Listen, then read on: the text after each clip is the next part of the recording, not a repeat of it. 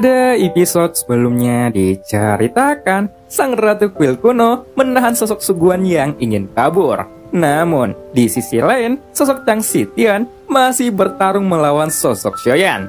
Tapi, tak lama kemudian, Xiaoyan pun membawa Chang Xitian ke dalam domain dewa abadinya, yang mana ia menghancurkan tubuh itu. Lalu, tiba-tiba sebuah jantung yang tersisa itu meledak dan menghilangkan domain dewa abadi milik Xiaoyan.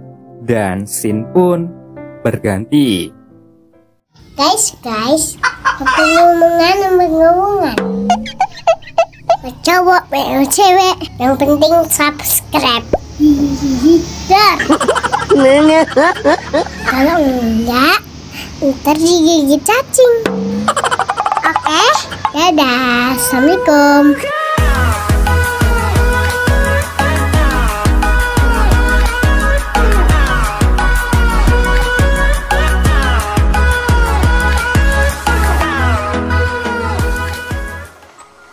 Mendengar apa yang dikatakan Goyan, Xiaoyan pun merasa situasi ini semakin aneh. Kecurigaannya dengan Chang Yuwa dan Suguan itu membuatnya semakin kuat. Tapi, hadapun tujuan dari keduanya sampai saat ini, Xiaoyan masih belum mengetahuinya. Karena dia masih disibukkan oleh tubuh boneka iblis ini. Sebelumnya, keduanya seperti mengungkapkan tujuan mereka. Jadi, meskipun memikirkannya dengan hati-hati, ekspresi seperti itu, Xiaoyan merasa tidak ada yang aneh dari keduanya. Sehingga, itu seperti tidak nyata. Pada saat ini, cahaya biru dari mata Goyan masih menyapu ruang ini, yang membuat semua penghalang di ruangan ini runtuh dengan kecepatan yang sangat cepat. Tidak peduli jenis penghalang macam apa di tempat ini, itu tidak pernah lepas dari jangkauan cahaya biru. Bahkan, penghalang di Gunung Hitam itu seperti cermin yang pecah. Namun, kecepatan kehancurannya sedikit lebih lambat dari penghalang lainnya. Melihat pemandangan ini, Xiaoyan pun berhenti. Kemudian, dia ingin langsung bergegas ke arah gerbang keluar pintu guntur. Namun, dia tidak dapat keluar dari ruangan ini karena masih dihalangi sosok boneka itu. Tapi, apa yang tidak diharapkan oleh Xiaoyan, Chang Xitian yang telah berubah menjadi iblis sepenuhnya melancarkan serangan dengan ganas ke arahnya dengan kecepatan tinggi. Melihat serangan seperti itu, Xiaoyan pun secara alami segera memblokirnya. Bajingan, sepertinya iblis ini memang sengaja mengulur-ngulur waktuku. Jika orang ini keluar dari tempat ini, mungkin akan sulit untuk mengejar pemilik inti guntur gile yang sebenarnya. Goyan, cepat blokir tempat ini dengan penghalang, ucap Xiaoyan sambil mengerutkan keningnya. Karena meskipun serangan iblis tidak bisa menimbulkan ancaman sama sekali, tapi iblis ini cukup merepotkan. Tuan Xiaoyan sialan, meskipun Tuan Goyan ini hanyalah bawahan, bahkan jika aku melakukan itu, orang ini akan merusak formasi dan menghalangi Tuan Goyan ini. Terkadang, aku juga benar-benar tidak berdaya menghadapi situasi seperti ini, gumam Goyan di dalam hatinya. Suara kutukan Goyan akhirnya keluar. Ia memarahi Xiaoyan dengan dingin. Lalu, segera Goyan pun berdiri di tengah. Kemudian, cahaya biru pun meledak dengan ganas. Itu menyapu seluruh ruangan ini dalam sekejap mata. Pada saat ini, meskipun semua penghalang di ruangan ini sebelumnya telah runtuh, tetapi dengan bantuan sang ratu sebelumnya, ruangan di tempat ini tidak akan runtuh. Bahkan sekarang, itu menjadi lebih stabil. Ditambah lagi dengan munculnya dua formasi keheningan yang dapat menstabilkan ruang yang rusak ini. Sebelumnya, susunan formasi pada ruang yang rusak ini sebenarnya tidak memiliki gerbang pintu keluar. Bahkan, gerbang pintu masuk pada formasi ini tidak bisa melebihi 2 gerbang. Tuan Xiaoyan, permintaan kamu terlalu banyak. Tapi, Tuan Goyan ini tidak punya pilihan selain melakukannya, ucap Goyan yang berteriak dengan sedih.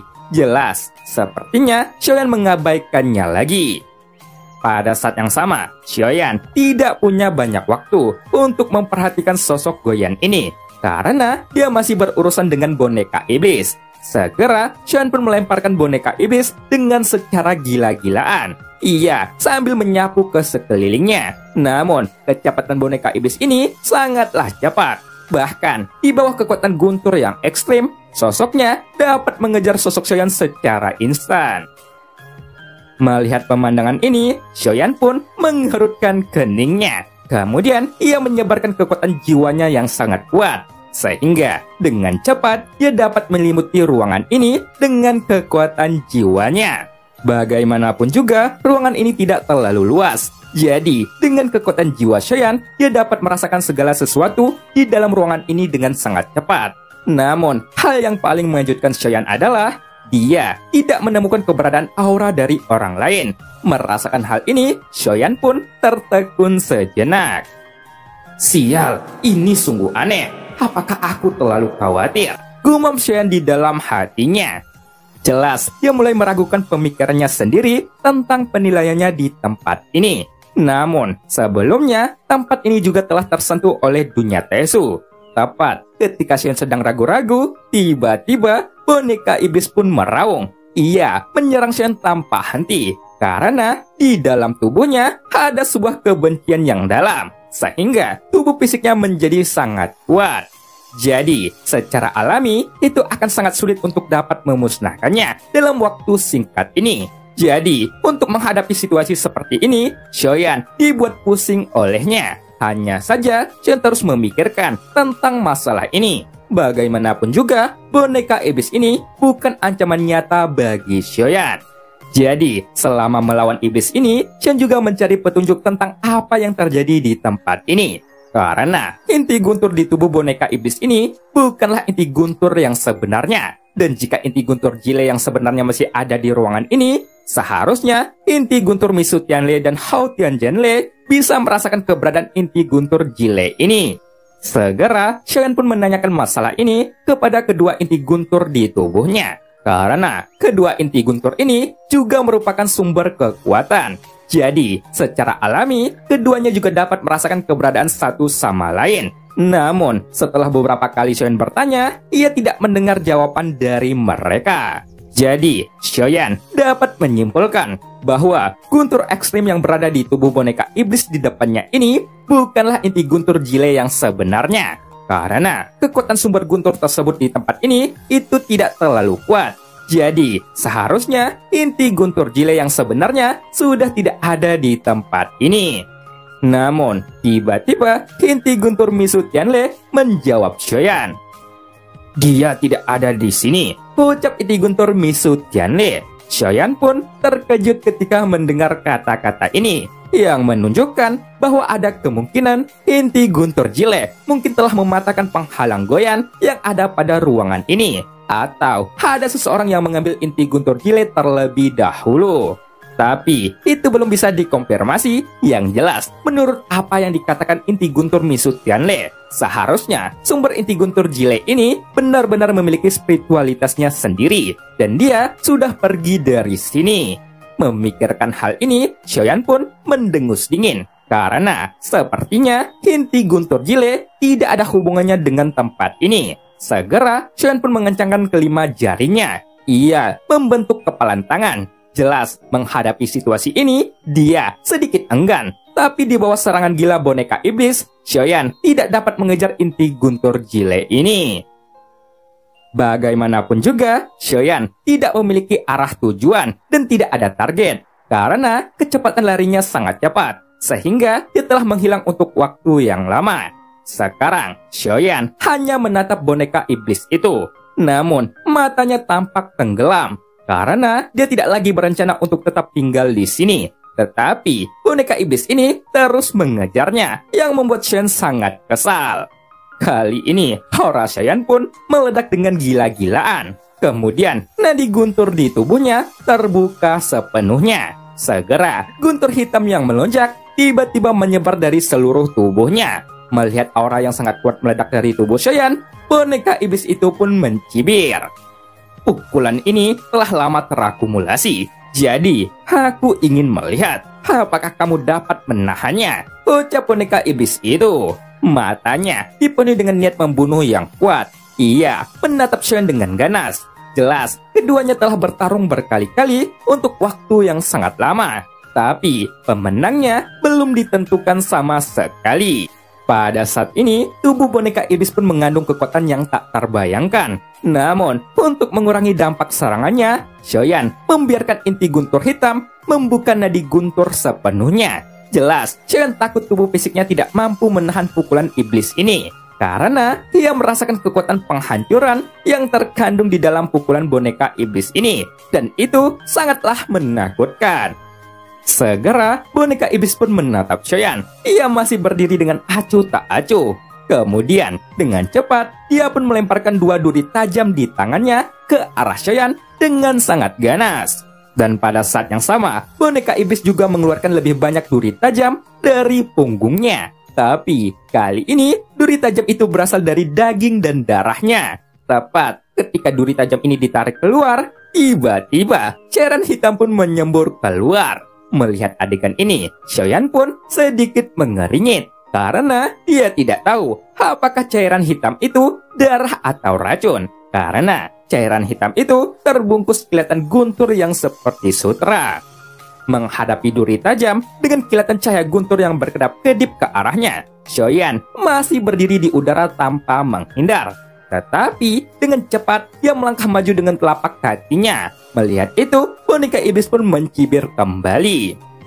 "Ah, dasar bodoh, menghadapi seranganku, kamu justru maju, bukannya mundur," ucap sosok iblis Dang Xitian. Segera, duri tajam yang menyapu dengan liar menembus bahu dan paha Shoyan dalam sekejap mata. Meskipun begitu, sepertinya Shoyan tidak dapat menghentikan serangan itu. Bagaimanapun juga, dia tahu dari segi kecepatan, serangannya tidak sebaik boneka iblis ini yang memiliki kekuatan guntur yang ekstrim. Tapi, tentu saja, ini bagian rencana dari Shoyan. Bukannya dia tidak ingin melawannya, tetapi dia ingin menyelesaikan masalah ini secepat mungkin. Jadi, dengan sengaja, dia menerima serangan beberapa duri tajam yang menusuk daging dan darahnya dengan sangat ganas ini. Dan pada saat yang sama, dengan cepat, Shoyan telah sampai di depan boneka iblis tersebut. Segera, Shoyan pun mengayunkan tinjunya yang mengandung kekuatan api dan guntur. Kemudian, membanting lurus ke arah boneka iblis tanpa ragu-ragu sedikit pun. Namun, meskipun boneka iblis sebelumnya tidak menyadari sosok Shoyan yang akan mengayunkan tinjunya, tetapi dengan kecepatannya, dia mengangkat tinjunya dengan ganas. Segera, 2 pukulan pun bertabrakan yang menyebabkan suara tumpul menyapu di udara. Namun, dalam konfrontasi singkat ini, tiba-tiba terdengarlah suara retakan tulang yang tajam. Dan semua kebencian yang melekat pada lengan tebal boneka iblis ini langsung meledak berkeping-keping. Dan ketika potongan daging ini tersebar, itu langsung dibakar oleh nyala api. Kemudian berubah menjadi abu, lalu menghilang di kehampaan. Namun, meskipun boneka iblis ini telah kehilangan lengannya, tapi sepertinya dia masih memiliki keinginan untuk bertahan hidup. Jadi, dia ingin melarikan diri dengan mengandalkan kekuatan guntur yang ekstrim. Namun jelas, Shoyan bisa menebaknya. Jadi, dengan cepat, cahaya mata putih pun menyebar seketika. Karena, meskipun mata putih Bayan hanya bisa menghentikan sosok ini sesaat, tetapi momen ini cukup bagi Shoyan untuk menghancurkannya. Namun, jika satu lengan dihancurkan, dia pasti akan menyerang dengan satu pukulan lainnya. Jadi, untuk mematahkan gerakan musuh dengan satu pukulan, Shoyan langsung menghancurkan lengan lainnya. Karena lengan kiri dan kanan semuanya adalah harga diri. Kemudian, Shoyan hanya menyisakan tubuh fisiknya yang dapat menampung kekuatan bertarung. Sehingga kekuatan tersebut dapat diubah menjadi jurus pamungkas dalam sebuah pertempuran. Segera, Shoyan pun mengayunkan tinjunya dan langsung menghantam dada boneka iblis itu dengan sangat keras. Dengan suara teredam, semua darah dan daging di dalam boneka iblis itu langsung runtuh seketika. Bahkan, guntur ekstrim yang terkandung di dalam tubuhnya dengan liar mencoba melarikan diri dengan sangat cepat. Melihat pemandangan itu, Shoyan tidak berdiri diam, tetapi segera membuka mulutnya lebar-lebar. Kemudian mengandalkan efek penekanan dari 2 inti gunturnya, dan ia langsung meraihnya, lalu menelannya. Sebenarnya, alasan mengapa boneka iblis ini begitu kuat adalah, meskipun guntur ekstrim ini bukan inti guntur yang asli, tetapi itu dapat dianggap sebagai guntur ekstrim, karena itu berasal dari pemisahan kekuatan inti guntur yang asli. Hanya saja, dia tidak memiliki kecerdasan spiritual. Pada saat ini, tubuh boneka iblis telah dihancurkan sepenuhnya dan hanya meninggalkan jiwa Chang Xitian. Pada saat jiwa Chang Xitian mengeluarkan suara raungan, dengan cepat Xiaoyan pun mengeluarkan bendera penekan jiwa di tangannya dan langsung memasukkan jiwa Chang Xitian ke dalam bendera penekan jiwa. Jelas, Xiaoyan memiliki rencana untuk membiarkan jiwa iblis Chang Xitian memasuki di dalam bendera penekan jiwa. Karena inti guntur jile yang asli tidak dapat ditemukan, maka Xiaoyan berencana untuk mengunci jiwa ini dengan baik. Keberadaan bendera penekan jiwa adalah untuk menghukum jiwa-jiwa yang memberontak melawan Senshi dan Xiaoyan. Sekarang, Chang Xitian yang seperti iblis dimasukkan ke dalam bendera penekan jiwa. Kemudian langsung ditekan oleh Yi Tian. Jelas, dia sekarang sebagai penguasa di dalam ruang bendera penekan jiwa ini.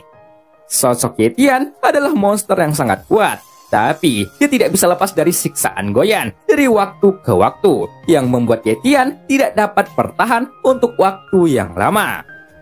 Sialan, setelah kamu menyiksaku, beraninya kamu membawa jiwa lain untuk masuk ke ruangan ini. Apakah kamu ingin melihatku menelannya langsung? Ucap Yi Tian sambil meraung.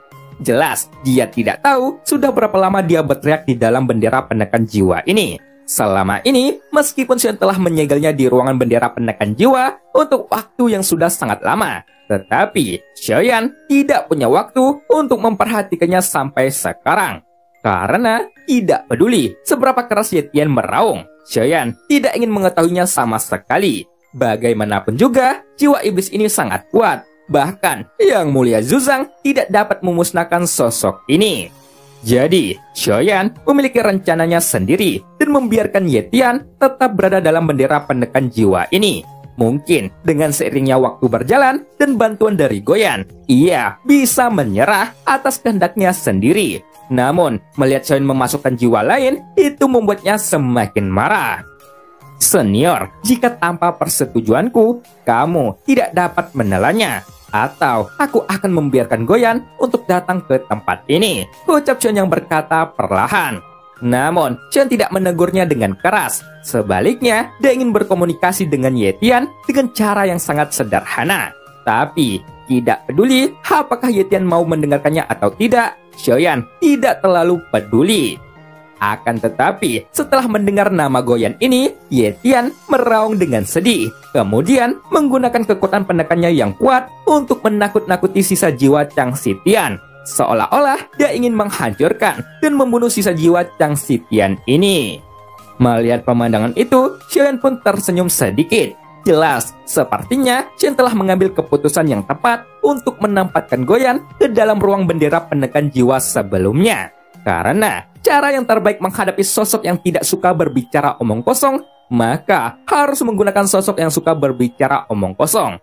Bagaimanapun juga, Yi Tian yang tidak suka banyak berbicara, jadi Xiaoyan membiarkan Goyan yang suka berbicara untuk memperbaikinya. Dan sepertinya metode ini sangat cocok untuk digunakan. Jadi, itu tidak akan menimbulkan banyak masalah sekarang. Pada saat yang sama, setelah jiwa iblis Chang Xitian memasuki bendera penekan jiwa, semua kebencian yang terkandung di dalamnya mengalir ke arah Yi Tian dengan cepat. Di bawah sosok awan ungu kehitaman, jiwa Chang Xitian yang awalnya penuh dengan kebencian, sekarang sepertinya jiwa Chang Xitian menjadi tenang. Karena saat kebencian menghilang ditelan oleh Yi Tian, jiwa Chang Xitian yang keruh berangsur-angsur menjadi transparan. Kemudian, jiwanya yang awalnya berwarna merah tua juga berubah menjadi biru muda. Setelah jiwa itu menjadi tenang, Xiaoyan dapat melihat sosok Chang Xitian yang seperti dia lihat di dalam ilusi dekat patung batu. Sosoknya yang berisi dengan alis padang dan mata memancarkan cahaya bintang. Seolah-olah penguasa guntur penuh dengan semangat kepahlawanan. Adapun alasan mengapa Chang Xitian memiliki begitu banyak kebencian, sekarang Xiaoyan juga ingin tahu tentang kebenarannya. Segera, pikiran Xiaoyan pun bergerak. Kemudian, dengan cepat, dia membawa jiwa Chang Xitian keluar dari bendera penekan jiwa lagi, lalu mengepalkan tinjunya dengan hormat. Senior, aku benar-benar minta maaf. Junior ini telah menyinggung kamu terlalu banyak. Bagaimanapun juga, masalah ini sangat mendesak. Jadi, aku berharap senior tidak akan menyalahkan junior ini. ucap Xian yang berkata dengan suara yang dalam. Kemudian, dia pun menangkupkan tinjunya lagi.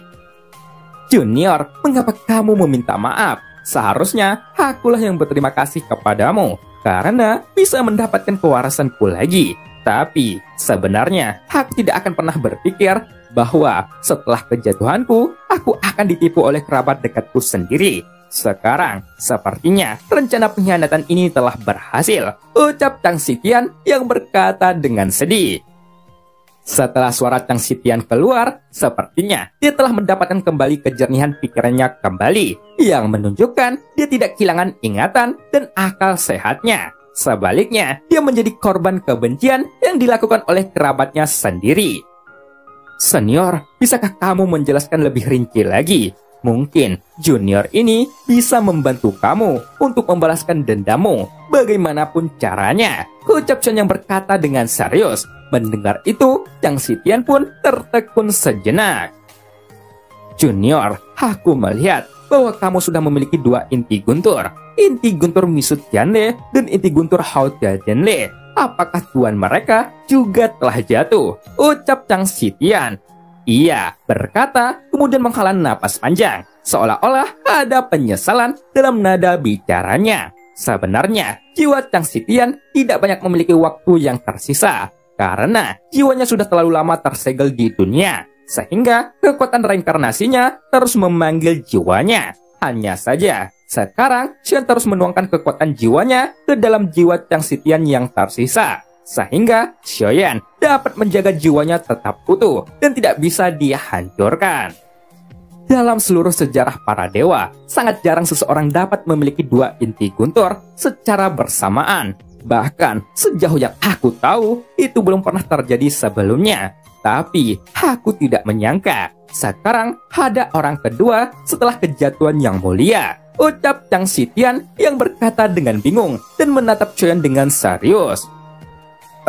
Senior, sebenarnya aku adalah reinkarnasi dari Yang Mulia Zuzang yang ke-9. Jadi, secara alami, aku harus menjadi orang yang sama, ucap Xian yang langsung menjelaskan. Namun, alasan mengapa dia mengatakan itu bukan untuk Xian memamerkan identitasnya, tetapi sebaliknya, dia sangat berharap Chang Xitian dapat langsung mengatakan poin kuncinya. Oh, ternyata Yang Mulia telah bereinkarnasi. Sebenarnya, aku sudah menebaknya sedikit saat melihatmu. Namun, aku tidak menyangka, karena dendamku kamu masih bisa mengendalikan diri. Tapi, sayangnya, putra gunturku menggunakan jiwaku untuk memaksa guntur ekstrim keluar. Dan sekarang, dia telah sepenuhnya mengambil inti guntur yang ekstrim. Jadi, aku sama sekali tidak dapat memberikan inti guntur jile kepada Yang Mulia, ucap Chang Xitian yang berkata dengan suara yang dalam. Jelas, sebelumnya Chang Xitian menyadari bahwa ketika dia melawan Xiaoyan, sebenarnya dia memiliki pemikiran ini. Tetapi dia tidak dapat mengendalikan dirinya sendiri karena kebenciannya mengendalikan pikirannya. Senior, siapa putra yang kamu sebutkan ini? Ucap Xiaoyan sambil mengerutkan keningnya dan bertanya kepada Chang Xitian. Di masa lalu hidupku sebelumnya, aku juga mengajar murid-muridku secara pribadi. Sebenarnya, aku malu untuk mengatakannya. Tetapi, karena kejatuhanku telah disebabkan oleh muridku sendiri. Sekarang, karena dia juga telah jatuh, jadi tidak ada salahnya untuk mengatakannya. Sebenarnya, muridku ini pandai dalam seni formasi. Setelah pertempuran dengan dunia iblis yang berbeda, dia diracuni oleh iblis ini. Tepat ketika aku sedang menyembuhkan lukaku sendiri, tiba-tiba aku dibunuh oleh anak ini. Kemudian, dia menyegel tubuh dan jiwaku dengan penghalang. Lalu, iblis ini melakukannya untuk merebut tubuh anak ini. Awalnya, anak lemah ini sangat berbakat. Melihat iblis ini ingin merebut tubuhnya, dia hanya bisa memilih untuk meledakkan dirinya sendiri, ucap Chang Xitian sambil menceritakan kesedihan yang mendalam tanpa daya. Mendengar itu, Xiaoyan pun sedih, karena setelah jiwa Chang Xitian selesai berbicara, Xiaoyan dapat merasakan kekuatan jiwa dari alam gioknya tidak bisa tenang sama sekali. Meskipun dia berusaha menutupi ruangan ini sebanyak mungkin, tetapi dia merasa ada yang aneh. Jadi, dia pun buru-buru bertanya lagi. Senior, bisakah kamu memberitahuku nama putra ini? Ucap Xiaoyan. Mendengar itu, Chang Xitian pun tidak menjawab Xiaoyan, tetapi ia langsung berbalik. Tolong hormati aku, kamu hanyalah seekor semut. Beraninya kamu melawanku secara langsung, ucap Chang Xitian yang berkata dengan dingin. Mendengar itu, mata Xiaoyan pun membeku sesaat. Tatapan hormat yang Xiaoyan pancarkan perlahan memudar, karena sepertinya Chang Xitian telah kembali dikuasai oleh iblis. Sebaliknya, Xiaoyan menatap ke arah jiwa di depannya dengan dingin, karena Xiaoyan tidak dapat melihat ekspresi jiwa tersebut. Apa yang kamu katakan? Aku hanya bertanya kepada Tuan Jiwa sedikit. Kenapa kamu marah? Karena kamu sudah tahu tentang identitasku, tetapi mengapa kamu berani menyebutku sebagai seekor semut? Sepertinya kamu pandai dalam seni merebut tubuh. Jadi, kamu juga harus tahu, aku juga pandai dalam hal itu. Jadi, bersiaplah untuk mengorbankan dirimu sebagai avatarku, ucap Xiaoyan dengan marah. Kemudian, setelah tertekun sesaat, tiba-tiba nyala api pun langsung menyebur ke telapak tangannya. Kemudian, itu membentuk telapak tangan raksasa, lalu langsung mencubit jiwa di depannya. Ketika di bawah ledakan yang sangat besar, jiwa biru itu pun runtuh seketika. Dan pada saat yang sama, tiba-tiba Xiaoyan pun menoleh dan melihat ke arah gunung hitam. Kemudian, berikutnya, sosok Xiaoyan pun langsung bergerak, lalu dia langsung menuju bayangan hitam. Kamu bajingan itu, metodemu sangat bagus sekali untuk menyembunyikan tubuh aslimu, ucap Xiaoyan sambil mendengus dingin, sambil menatap bayangan hitam dengan tegas. Sebelumnya, ada kebencian yang kuat di gunung hitam ini, sehingga kekuatan jiwa Xiaoyan sulit untuk mengetahuinya dalam waktu singkat ini. Tetapi, Xiaoyan yang tidak menyangka bahwa tubuh utama sosok ini tersembunyi di dalamnya. Tepat ketika Xiaoyan keluar menyapu ke arah bayangan hitam, pada saat yang sama, Suguan yang tidak jauh dari sang ratu tiba-tiba mengepalkan tinjunya. Namun, tubuhnya terlihat gelisah. Kemudian, auranya melonjak dari tubuhnya. Lalu dia pun bergerak menyapu lurus ke arah Xiaoyan dengan sangat ganas. Aura bajingan ini, apakah orang ini akan meledakkan dirinya sendiri? Gumam Xiaoyan. Xiaoyan merasakan kekuatan penghancuran diri yang menyapu ke arahnya. Ia sedikit gemetar karena meskipun dia mencoba yang terbaik untuk menghindarinya, tetapi jangkauan ledakan diri dari keabadian sangatlah kuat, sehingga tidak mungkin bagi Xiaoyan untuk melarikan diri dalam waktu sesingkat itu. Dalam waktu singkat ini, ledakan pun bergema dengan keras. Bahkan, Xiaoyan tidak menyangka bahwa Suguan akan langsung memilih untuk meledakkan dirinya sendiri sekarang. Namun, dalam pandangan Xiaoyan, itu bukanlah keberanian Suguan yang sebenarnya. Karena Suguan ini hanyalah sebuah avatar dari sosok iblis ini. Adapun apa yang baru saja dikatakan jiwa Chang Xitian, mungkin itu sebuah kebenaran. Karena Chang Xitian bahkan masih mau berbicara dengan Xiaoyan. Jadi, dari sudut pandang iblis yang mengendalikan Chang Xitian, jelas dia tidak menyangka bahwa Xiaoyan juga mahir dalam seni merebut tubuh. Jadi, secara bertahap, pada saat Xiaoyan memperhatikan Suguan, dia secara alami mengetahui bahwa tubuh Suguan selalu terhubung dengan jiwa yang muncul di depan patung batu itu. Dan hubungan jiwa ini sangat mirip dengan hubungan dengan avatar. Meskipun hubungan jiwa ini tidak terlalu jelas, tetapi bagi Xiaoyan yang sangat akrab dengan avatar, jelas dia akan mengetahuinya. Karena bagaimanapun juga, Xiaoyan memiliki banyak avatar. Dan cerita pun berakhir. Sampai jumpa di episode selanjutnya. Anak Pak Lubis memakan sayur kubis. Cerita habis, kopinya pun habis.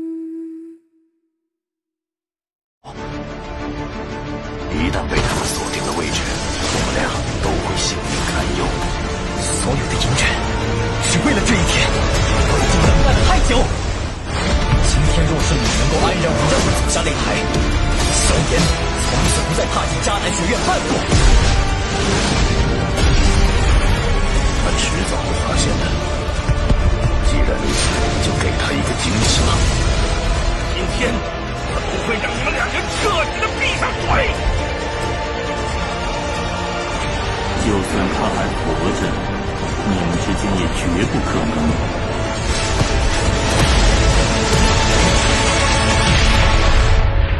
加玛帝国云岚宗，萧炎回来了。